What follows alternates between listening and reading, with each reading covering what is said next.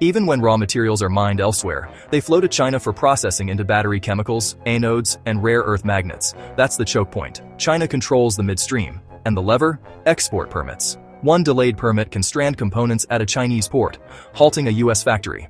The supply looks global, but the gate is there. So, quick reality check. The USGS Draft 2025 list flags 54 critical minerals. The real choke point isn't the mines. It's Chinese refineries and magnet plants where those rocks become useful. From ore to concentrate, to oxide, to metal, to magnet.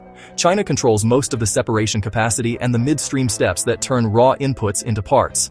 Think graphite and manganese, full or heavy reliance after processing.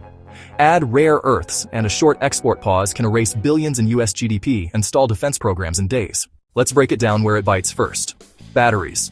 Lithium, cobalt, nickel, and graphite don't just get mined. Most take a long detour through China for refining into precursors, cathodes, and anodes.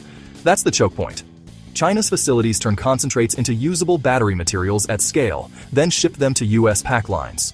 With US EVs alone drawing roughly 20% of global lithium demand, midstream slowdowns hit fast, pausing billion-dollar projects and slipping targets. In defense, the stakes are highest. Guidance fins, actuators, and navigation systems in jets and missiles rely on rare earth magnets. But from ore to oxide to alloy to magnet, China dominates the critical middle steps of processing and magnetization.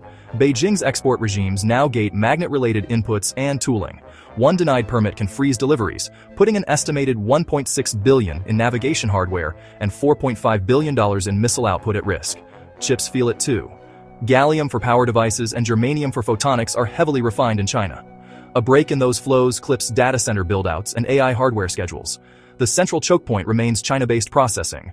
Until non-Chinese refining and magnet lines scale, both defense and industry remain vulnerable. The real choke point is the midstream supply chain. While mining starts worldwide, China owns the rest of the line. Roughly 90% of separation, 85% of refining, and over 90% of magnet making happens in Chinese industrial hubs. New export rules add friction. China-processed materials need permits. No green light, shipments stall at customs, and factories wait. Building non-Chinese capacity takes years. Until then, delays and price spikes are the norm. Decision time.